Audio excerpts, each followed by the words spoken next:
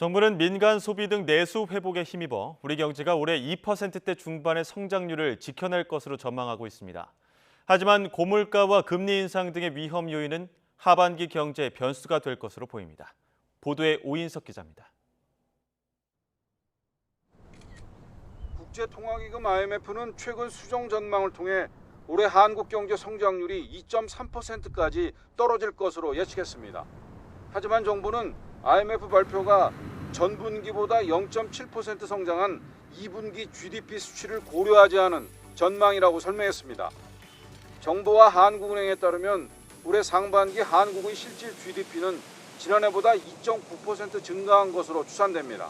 1분기에는 수출이 4.1%, 2분기에는 민간 소비가 3.0% 각각 증가하며 성장세를 주도했습니다. 6월 산업활동 동향 자료에 따르면 산업 생산과 설비 투자는 2달 연속 증가했습니다. 정부는 하반기에 민간 소비 증가세가 유지되고 성장 엔진인 수출이 버텨준다면 연간 2.6% 성장도 가능할 것으로 내다보고 있습니다.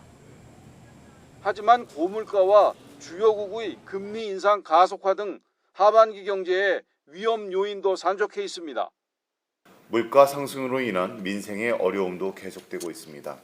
7월 소비자 물가는 장마와 폭염으로 인한 농산물 가격 상승으로 지난달에 이어 6%대 상승률을 보일 것으로 예상됩니다. 높은 물가 상승세는 가계 소비를 제약하는 요인이 되고 있습니다. 미국 연방준비제도가 2차례 자이언트 스텝을 단행하고 유럽 중앙은행도 기준금리를 0.5%포인트 인상하는 등 긴축에 나서는 것도 우리 경제엔 부담입니다. 또 미국과 중국 경제 둔화로 수출에 미치는 부정적 영향도 커질 것으로 우려되고 있습니다. 올해 성장률이 2%대 중반을 유지해도 내년엔 성장률 하향이 불가피하다는 분석이 나옵니다. IMF는 내년 한국의 성장률 전망을 2.9%에서 0.8%포인트 내린 2.1%가 될 것으로 예측했습니다.